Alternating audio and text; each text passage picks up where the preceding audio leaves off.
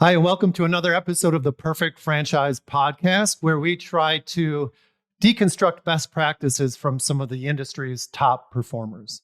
Today, we have two guests with us. We have Brian Scudamore, founder of O2E Brands, and we have Adam Winnett with WOW One Day Painting, which is one of the brands under the O2E umbrella.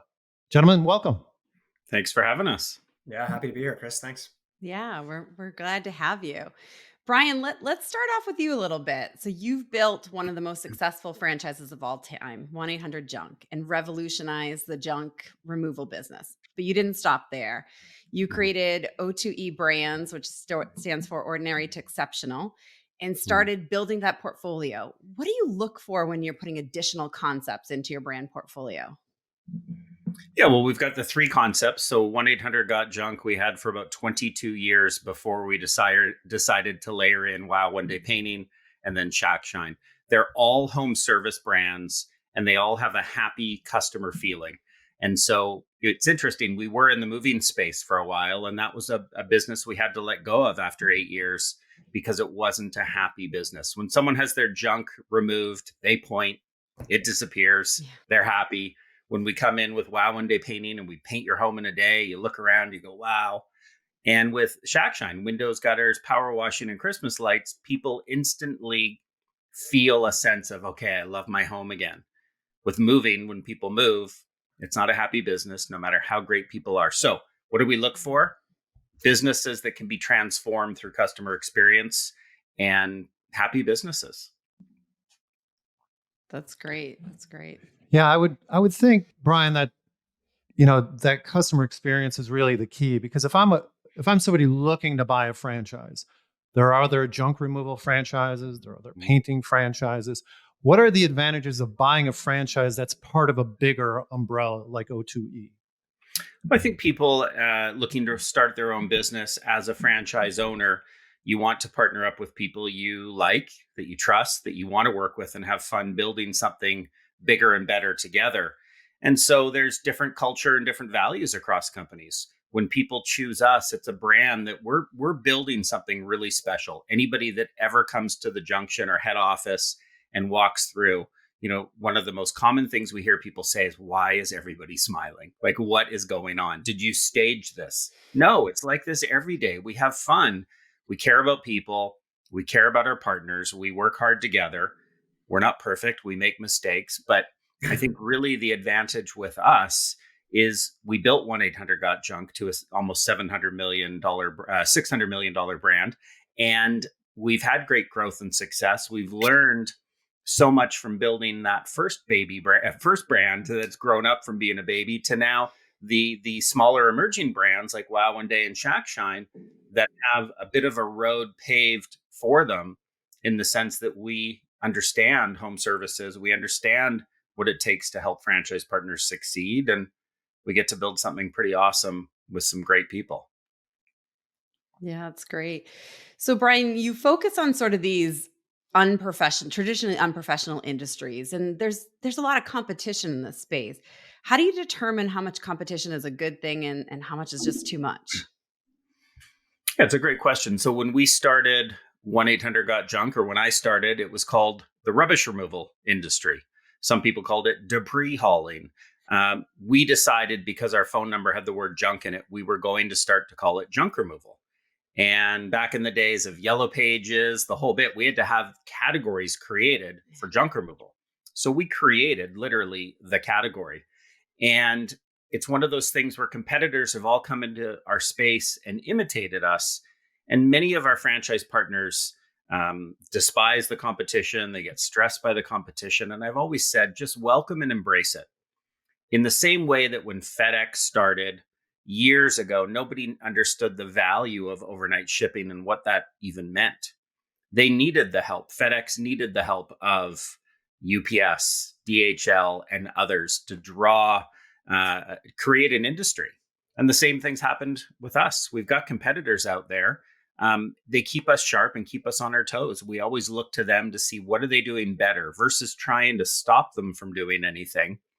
It's not about prevention. It's about reflection and learning on what are they doing better than us, if anything, and how do we put that into our business. So plenty of painting companies, plenty of junk removal companies. They're not all the same, quite the opposite. Yeah. Yeah. And there's something to it. I think I have this conversation all the time, Andrea, talking about painting, and people go, there's so many painters, or tomorrow there could be 5 more, but then 5 more leave, and all this competition. And I always say to them, the industry is so massive with painting. If you tell me you're looking at your market and you're not seeing painters, and that's exciting to you, that's very concerning to me. Yep. Why is there nothing happening? Because there's so much, in our case of these home service brands, there's so much happening in those spaces. So competition just means it's because people see that, and then they want to try to do their own thing. But if there's not competition, that's actually a flag to go, there's nothing happening, there's nothing being spent. And so that's more concerning. It's kind of the opposite. Yeah, and definitely. Any competitive space still has room for a leader. So when you say, when is too much competition too much? I don't think there is too much. If your plan is to be on top and be the best, I mean, one thing I'm pretty certain is the 4 of us all wear shoes. How many massive shoe companies are out there that continue to grow and succeed and come and go and do things differently? It's a simple example, but in any space, if you want to be the best and you want to stay innovative, go for it. Don't worry about how competitive a space is. I mean, it's one of the worst things I've heard when people go, we're not going to get into the space. It's too competitive. I don't think that's real. I wanted to ask you, Brian, my understanding is you started 1-800-GOT-JUNK. I mean, you're just a kid in a truck, right? Yeah. You built it up to this over $600 million business. Mm-hmm. I'm sure you have enough lessons to fill a book about what you learned in that journey. But are there 1 or 2 or 3 that stand out for you as far as the biggest lessons you learned from building 1-800-GOT-JUNK that's carried over to WOW and Shine Shack and O2E? Mm-hmm. Yeah, the biggest lesson, the most impactful to me, and I think ultimately to the business over years, is learning the lesson that it's all about people.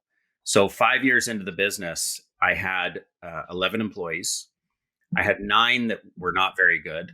And they say one bad apple spoils the bunch. So my 9 out of 11, not the right people for my business and for my leadership style. And I was a young leader and I didn't know what else to do but to wipe out the entire company. I didn't even choose to keep those remaining 2 that were okay, because I thought, what if they were sort of empoisoned, if you will? So I got rid of the entire team, 11 people, on one morning. And I went from a 5-truck business down to just 1, because of course that's all I could drive at a time. And I said, I got to rebuild here. And what rebuilding meant for me, and I started, of course, with 2 words to my team. I said, I'm sorry. As a leader, I've let you down. I failed you. You don't believe in me. I don't believe in you. And this isn't going to work long term. And it was a big leadership lesson for me. I understood that day. It's all about people, finding the right people and treating them right. And we've parlayed that into all our brands. It's everything. When you mentioned earlier, customer experience is everything. I actually believe our people, it's where it all starts. If we take care of our people, if we find the right people and treat them right, they will make the customer experience magic happen. So it starts with people. It's the number one thing we've learned. And whether it's WOW One Day or Shack Shine, it doesn't matter. Something that someone will notice looking at us as a franchise opportunity is how selective we are. We do not just let anyone in the door. Like Adam is so good at screening people on both sides to say, hey, not only do you need to be a fit for us, but we also need to be a fit for you. And at the end of the day, when it works, it is like magic.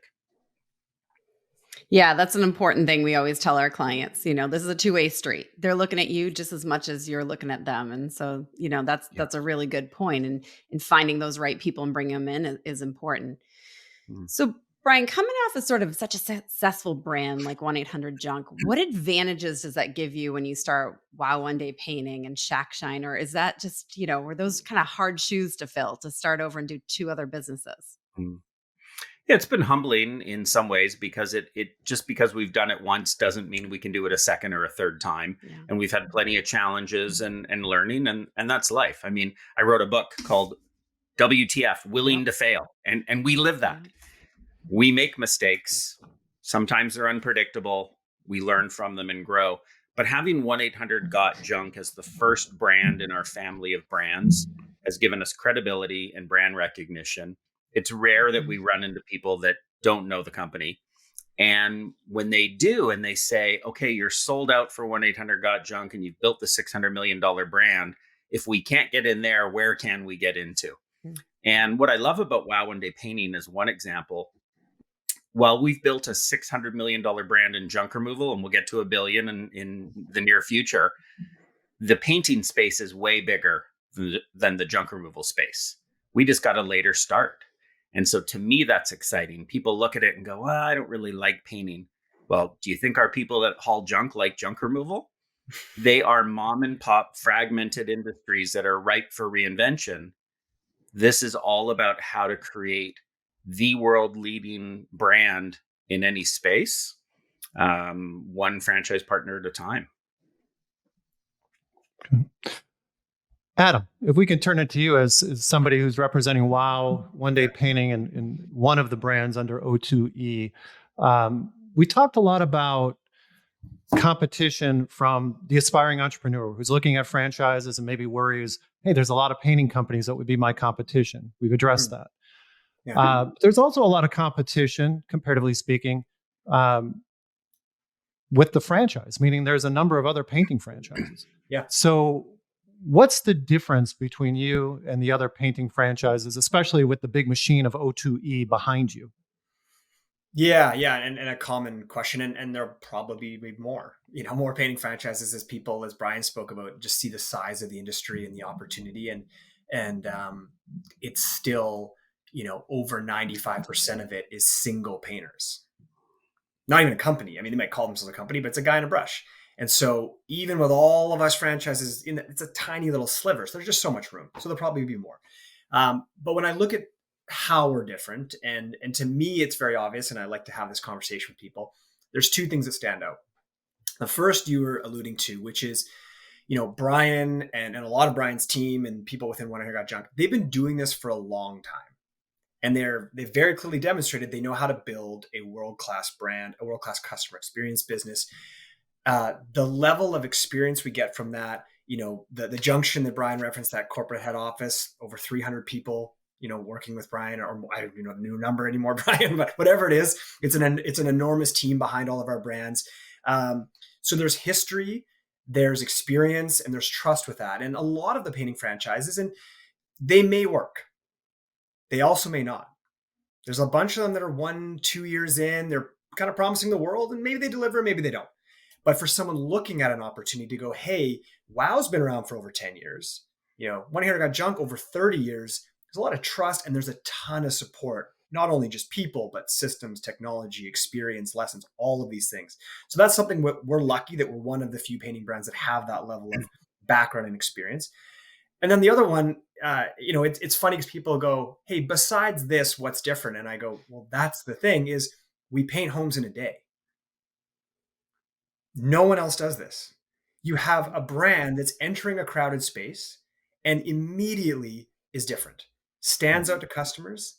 Customers absolutely love it. Like, I've been here almost 8 years. I've never seen us with a net promoter score, if we talk about that, under 90, which is unheard of in home services. So the proof's in the pudding of what we do. We have brands or franchises that'll launch in a market. A year in, they'll have more 5-star reviews than other painting franchises that have been there for 5+ years. Customers absolutely love the thing that we do. We do it uniquely, we do it exceptionally, and it cuts through all the noise. And when I look at the other painting franchises, and this is no disrespect to them, some of them are great, some of them I don't know so well, but a lot of them kind of look the same. And they're kind of doing the same thing, which is their painting business. And there's nothing wrong with that. That is a lane to be in. It's a very crowded lane. And we have a very different lane we've created, which is an exceptional customer experience business in this massive industry of painting. And that resonates with our customers and our owners. Going back to what Brian was saying about who does this, they didn't come to us going, I've dreamt about a painting business my whole life, but they've wanted a business where their community loved it.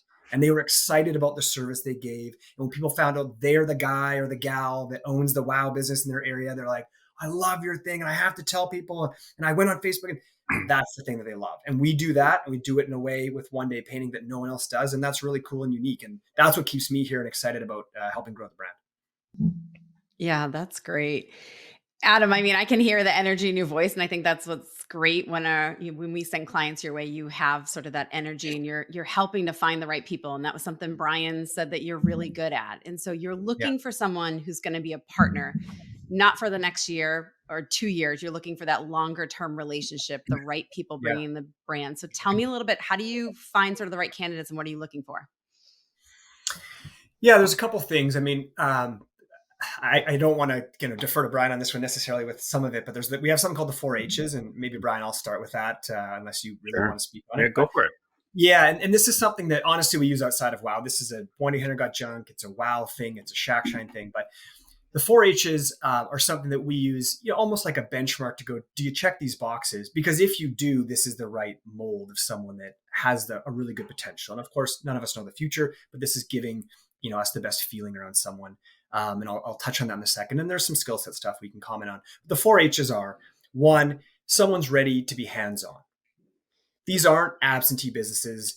They're not investments where you're just putting some money in, closing your eyes, coming back in 6 months and hoping your money's doubled. Like, it's not a stock. These are businesses being run by business leaders. So you need to be hands-on. You need to be driving and leading and being that entrepreneur. That's the first thing. And that doesn't go away. Your business model may change. The people in it, kind of push you out of it, and your role can shift and you can be less involved, but you're still a leader of that business. You're a hands-on leader. In early days, that's doing the little stuff, like Brian said, driving a truck. And then for Brian, now I'm leading people, and then I'm leading. So it changes, but you're hands-on in that way. The second piece is you're hardworking. These businesses, they need that energy. They need that hard work, especially in those early startup years. Like any business, that first 2 years are pretty critical.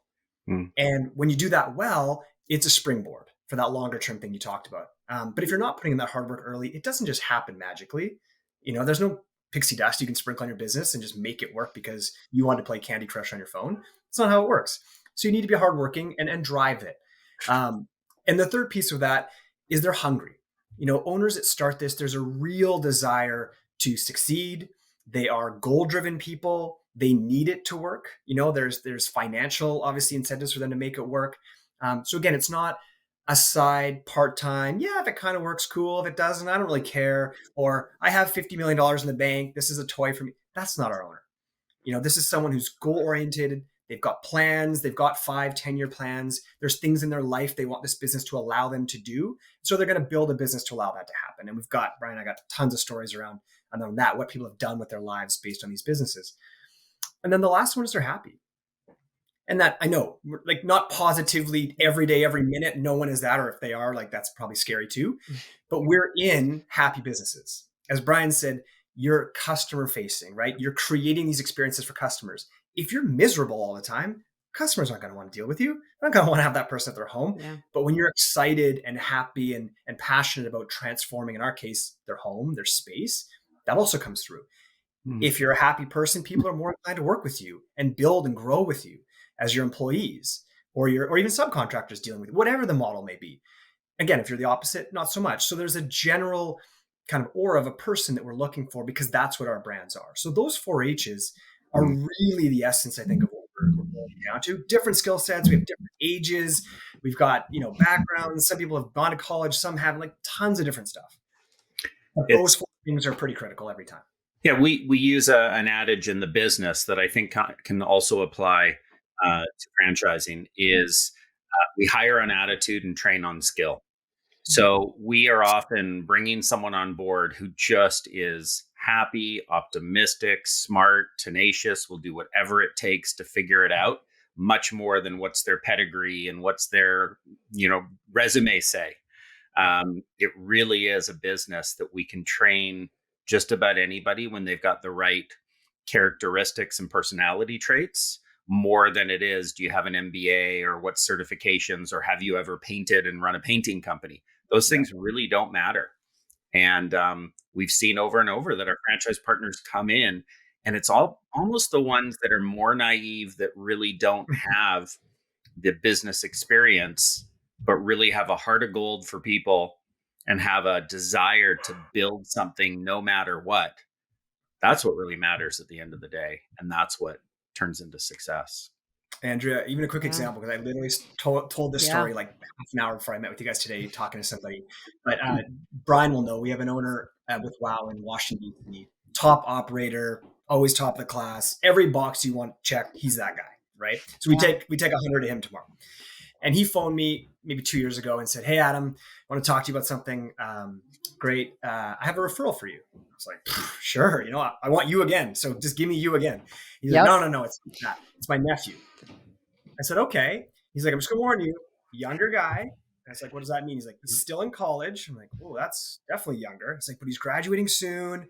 One summer he worked in my business, but he's smart. He's this, he's that, and I'll mentor him." And admittedly, I was like, I don't know. This is a pretty young guy. He's still in college. How much life experience? How much business? I started asking those questions, right? But we start talking, get to know him. He's telling me about his plans and what he knows. And he's talked to his uncle a ton. And I can tell right away he's smart. So we start going through the process and bring it back to Brian's piece. I'm going, okay, what are the 4-H's here again? Like, put everything else aside. Does he have these things? And he does. Big time. Can we train the other things? We can. What do we do here, right? And the team said, no, like, this is a younger guy and less experience, less this, that, but he's already figured out his money. He's already figured out his plan. He's already got this. Give this guy a shot, right? Why not? He's got all the things we look for. And now in his second year, he's already participating on councils with senior franchisees. He's participating in like webinars across the system, doing his thing, building a great business, but it comes back to those things. And that was my fault for at first going, I don't know, get out of my own way and go, does he have these core things? Because those are things to look at. Yeah, no, that's great. It's great kind of having that roadmap of who do you want to bring in, and it helps you every time you're evaluating someone. Yeah. Makes sense. Guys, I'd like to circle back to something Brian said, and the question will be for both of you, but I need to preface it a little bit. So Brian, you said, hey, a lot of people go painting. I don't know if I really like painting. Mm-hmm. And you said, well, how many people do you think love junk removal? All right. I get it. One of the things that Andrea and I coach on being franchise coaches is that, at the Perfect Franchise, we kind of feel that one of the most dangerous words when evaluating a franchise is passion, right? We talked to a lot of folks in their 40s or 50s. They spent their life at corporate America, mm-hmm. and they're looking at franchise. And if you say, why are you looking at franchises? The first thing they'll say is, I want to do something I'm more passionate about, more meaningful, right? And I understand that, but that word and that idea is fraught with peril, right? Mm. And we can get into that some other time. So with that as backdrop, if I'm somebody looking now, I've been convinced to at least take a look at a painting franchise or a junk removal franchise. Yeah. Where am I going to find that spark, that interest, or at least something I can identify with if I'm willing to not chase my passion? Where am I going to find that in your businesses? I think you'll find it, the right person will find it in the general category of running their own business. I wouldn't even think for a second, what is the actual service? Now, of course, the service matters. You've got to believe in it. You want to be proud. But it really starts with, do I want to run my own business? What's that about? The freedom, driving my own vision, recruiting a team of people that see my vision and want to be a part of it, having some challenges that turn into opportunities and customers that are so in love with the service and the team and the brand. It's thinking, what does it mean to run a business? And do I want to do that? And then go find a brand and a team of people that you believe in. So Adam is so good at finding the right people who, when they come in, some of our franchise partners become the best of friends. They take trips together with their families. Like it's unheard of. And I'm so proud of what Adam's built and who he's brought to the company, but they just come in and they go, I found my place. And finding their place has nothing to do with painting. Zero. It has everything to do with connecting with people, building a community, having customers that love you. And it just happens to be painting. So the same thing happened with 1-800-GOT-JUNK, where people would come in for a discovery day, a final interview. They'd come to Vancouver and they'd be excited and wowed. And then they'd go home to try and explain it to their spouse. And they're like, honey, junk removal. Like, give your head a shake. What are you thinking here? And it's hard to really separate, but you have to. What's the business and the culture and the community about? And the business is secondary. And when people can see that you can build something with Wow One Day or Shackshine that's bigger than 1-800-GOT-JUNK, what's not to get excited about? Yeah. Yeah. And I think, Chris, on your question there too, and I know this is something that you and Andrea do really well, and Andrea's husband David does well, is also identifying, okay, you want to be something you're more passionate about. What is that? What do you really like doing? And what do you not like doing? Also equally as important. Why do you feel like you've lost your passion in whatever your job is? And then to Brian's point, agree with everything he said there. If you are then looking at brands, that kind of feel the step that Brian was saying, does that business opportunity offer you those opportunities to tap into things you like? Because we all have things we generally like more or less. Now, probably no business is everything you like and nothing you don't like. That's probably hard to find, but you want it to be a lot more of one than the other, right? And so when I look at the WOW business, again, not talking about a painting focus, I'm even thinking of a candidate or a franchisee now, but at the time, obviously someone looking at it that Andrea's husband, David, brought us. This was someone that was really passionate about humans, problem solving, sales, business relationships, all of that, and loved building a team. But he felt like where he was and what he was doing, he just had these ceilings. And he said, like, I have more, but I can't do it here. And at the same time, where he lived, he said, I also can't live here and do it. So not only did he want to move states and go to a completely different part of the country, but he wanted a place to what Brian said, I have open, like the ocean is as big as I can make it, right? Yeah. And this is someone now who's in the WOW system. You know, Brian knows him, John, and he's on track right now to probably be our rookie of the year. He just sold another 100,000 worth of business in his first year this month. Wow. But there's no, like, he has no ceiling. And that's the passion. It's reignited for him to go, I want to solve problems. I want to be in front of customers. I want to build a team and have no limitations. That's his passion. Oh, painting's the thing? Great. But he's getting to do his passion every day. So part of it's identifying, where are you frustrated? Where are you stuck? And I know you guys know this really well. It's that why, right? Why are you doing this? As Brian said, why do you want to be a business owner? And the more someone's clear on that, the more they can find the right match, whether it's us or somebody else. I know a lot of people that have gotten into the wrong businesses because of their passions.